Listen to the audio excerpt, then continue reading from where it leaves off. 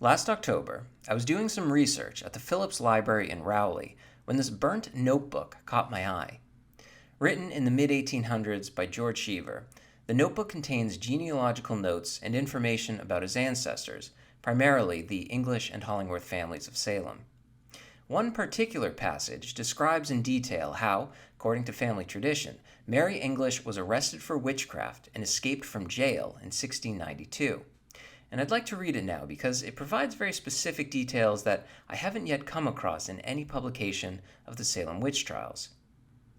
Philip English was in very prosperous circumstances when the witchcraft excitement broke out, and was living in what might be called style in those days. His wife, moreover, had property in her own right, may have liked to live in a style corresponding to their means, and was charged, so Senior Bentley says, I believe, with being aristocratic. Whether proud or ambitious, I know not. She may have been, or the charge may have originated in envy or malice. At all events, she was cried out against, to use the language of that day, was arrested, examined, and committed to jail in Salem on the charge of being a witch. She was a high-spirited woman, according to the tradition in our family, for when the sheriff went to arrest her, and to be sure to find her he went before she had arisen in the morning, and sent up a peremptory summons as to the charge and an order for her to come immediately down, she told the servant who bore the message, quote, that she should do that when it pleased her. The servant who admitted the sheriff shared the same spirit, for when the officer of this message attempted to pass him at the door, in order to go upstairs himself and to arrest Mrs. English in her charge, the servant planted himself in the way and refused to allow the officer to move. The sheriff, indignant, ordered some of the other servants who had gathered round to arrest the man. They declined. Quote, I am the king's servant, thundered the sheriff. I don't believe it, said the servant. His Majesty, God bless him, is too much of a gentleman to have such a servant as you, who would intrude on a lady in her bedchamber. This stirred up the servants, and as there were some 4 or 5 of them, the sheriff would have been thrown into the street, had not Mrs. English appeared, told the servants not to resist the officer, for that she should submit, but must have some time to prepare for leaving her house. With this compromise, she yielded. I can hardly believe she would have been proud and overbearing, since she left her house amid the sobs and lamentations of all her servants. This affection would not have been shown her in adversity, I should think. Had she really been a proud, disdainful woman, she would rather have been deserted by her servants, who could hardly have failed to discern her true character. She was first confined before examination, so Mrs. Audlin always told me, in a room over the room where the justices were examining the accused before committal.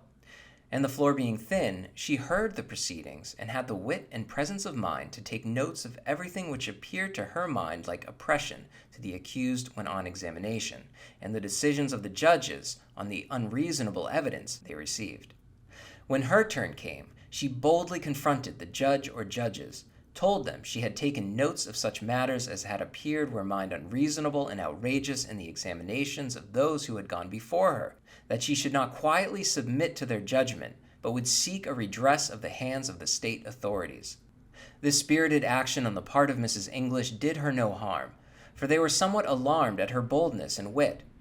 She was put in prison, where, by the management of one of his servants, Philip gained admission, and informed her that some of her friends in Boston, Cotton Mather particularly, were interceding for her removal to Boston in the hope of saving her.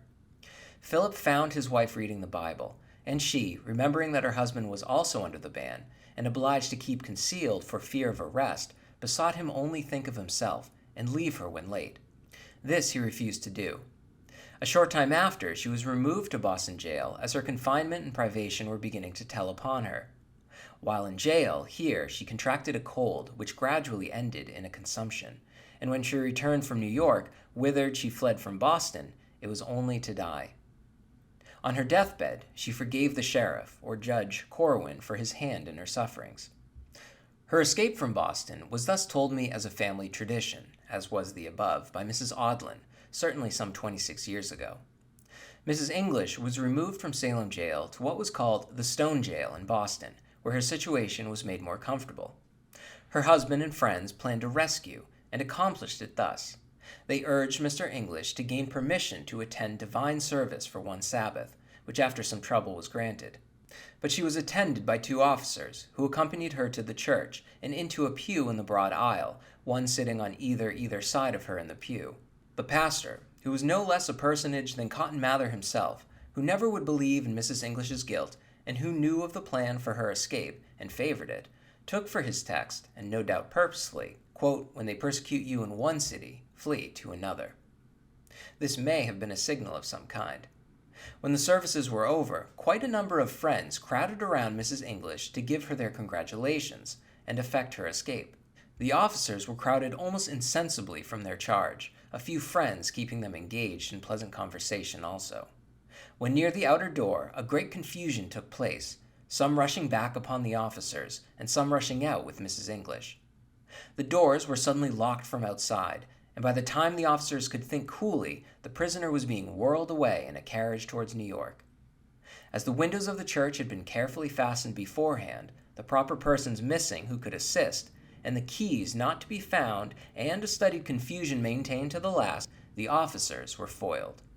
As fast as horses could run, Mary English and her husband fled to New York. Everything had been well arranged, and the rescue was successful. Mrs. Audlin told me, if I remember aright, that the officers were in great tribulation lest they should lose their offices, but that they never did. If this be so, the escape must have been winked at by those in authority. Mary English died after her return from New York of consumption, the seeds of which were sown in our Salem jail, which was a very open, cold, comfortless building.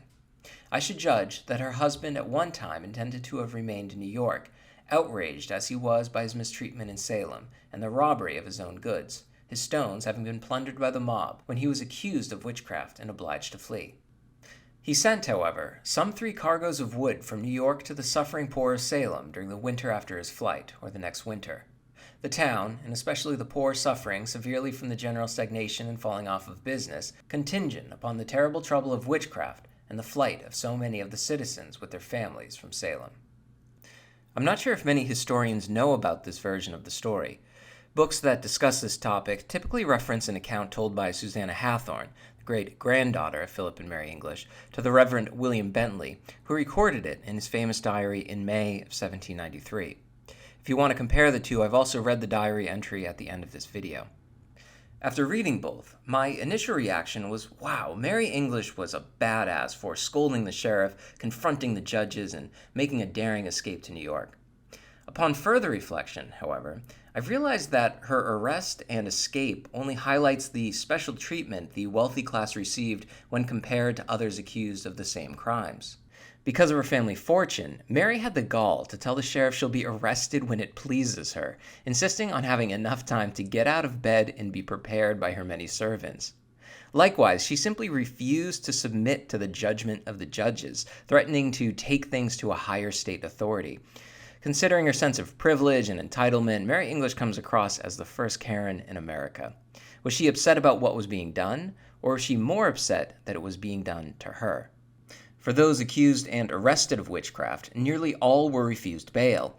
And yet, when Philip and Mary English were moved to more comfortable cells in Boston, they had liberty of the city during the day, only sleeping in the jail at night. Likewise, the wealthy Hezekiah Usher was granted bail and allowed to be placed under house arrest, where he stayed for just one night before fleeing town. Was he pursued by the authority? Of course not. Neither were Nathaniel Carey or John Alden, 2 wealthy men accused of witchcraft who also escaped from jail and successfully fled town. The fact that these escapes were, quote, winked at by those in authority is really infuriating. When poor John Willard fled Salem town, he did not have the wealth for those in power to turn a blind eye.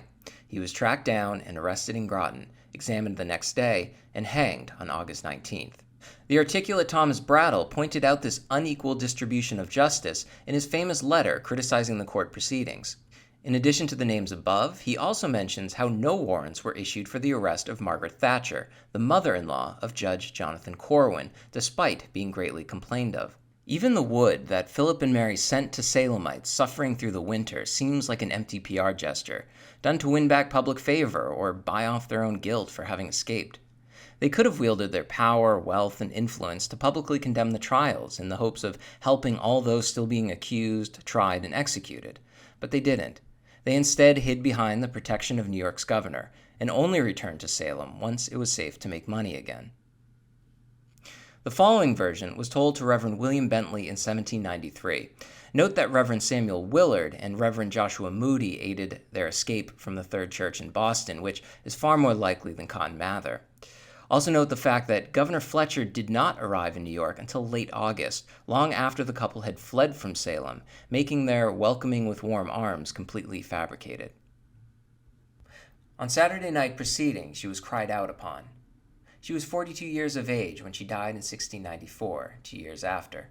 She had stood 3 weeks for full communion. The officers, high sheriff, and deputy with attendants came at 11 at night. When the servant came up, Mr. English imagined it was upon business, not having had the least notice of the suspicion respecting his wife. They were to bed together in the western chamber of their new house, raised in 1690, and had a large family of servants. The officers came in soon after the servant, who so alarmed Mr. English that with difficulty he found his clothes, which he could not put on without help. The officers came into the chamber, following the servant, and opening the curtains, read the mittimus. She was then ordered to rise, but absolutely refused. Her husband continued walking the chamber all night, but the officers contented themselves with a guard upon the house till morning. In the morning they required of her to rise, but she refused to rise before her usual hour. After breakfast with her husband and children, and seeing all the servants, of whom there were 20 in the house, she concluded to go with the officers, and she was conducted to the Cat and Wheel, a public house east of the present Center Meeting House, on the opposite side of the way. 6 weeks she was confined in the front chamber, in which she received the visits of her husband 3 times a day, and as the floor was single, she kept a journal of the examinations held below, which she constantly sent to Boston. After 6 weeks, her husband was accused, and their friends obtained that they should be sent to Boston, till their trial should come on. In Arnold's custody, they had bail and liberty of the town, only lodging in the jail. The Reverend Moody and Willard of Boston visited them, and invited them to the public worship on the day before they were to return to Salem for trial. Their text was, "They that are, if they you, persecuted in one city, let them flee to another." Moody the preacher and most active.